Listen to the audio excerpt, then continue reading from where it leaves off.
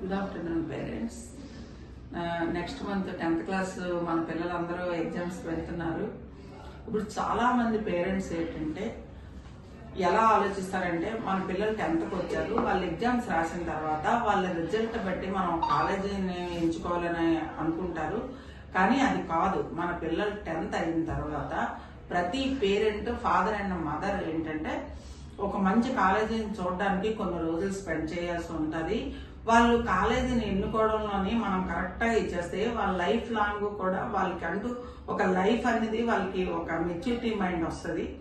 అందువల్ల నేను చెప్పేది ఏంటంటే ప్రతి ఒక్కరూ కూడా పిల్లలు 10th క్లాస్కి వచ్చిన వెంటనే చాలా మంది మాకు కాలేజీలో కూడా టెలికాలర్స్ ఉంటారు. వాళ్ళు ఫోన్ చేస్తే 10th మా పిల్లలు అవనియండి మేడం, తర్వాత మేము కాలేజీ గురించి చూస్తామంటారు. అది 100% రాంగ్ అదండి. దయచేసి మీరు తల్లిదండ్రులు ఏంటంటే 10th వచ్చిన తర్వాత ఏ కాలేజీ బాగుంటుంది, ఏ కాలేజ్ చదివితే మన పిల్లల లైఫ్ స్టైల్ బాగుంటుంది, వాళ్ళు ఏ లైఫ్ స్టైల్ని ఎంచుకోవడానికి వాళ్ళు సిద్ధపడతారు అనేది తప్పనిసరిగా పేరెంట్స్ ఆలోచించాల్సి ఉంటుంది.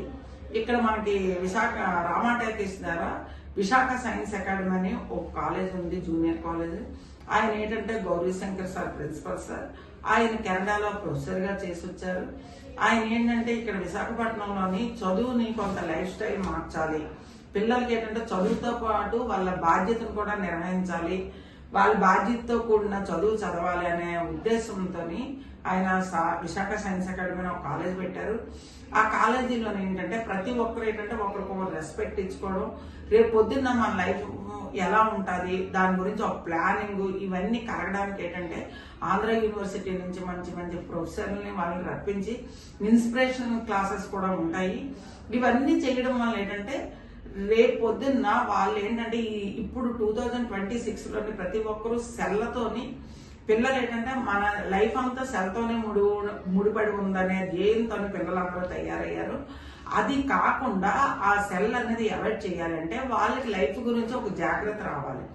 అది రావాలంటే మనకి ఏంటంటే విశాఖ సైన్స్ అకాడమీలోని ఆ పరిస్థితుల ప్రభావం 100% ఉంటుంది. అది నమ్మి మీరు ఒక్కసారి కాలేజీకి వచ్చి విజిట్ చేయండి. కాలేజీలో మీ పిల్లలకు ఒక బాధ్యత అయిన చదువుని చదివిస్తున్నాం అనే నమ్మకం మీకు కలుగుతుంది. మీరు ఒక్కసారి తప్పకుండా మా విశాఖ సైన్స్ అకాడమీకి వచ్చి ఈ విలువలతో కూడిన విద్యను మీ పిల్లలకు కూడా అందిస్తారని నేను మనస్ఫూర్తిగా విన్నవించుకుంటున్నాను. నమస్తే పేరెంట్స్.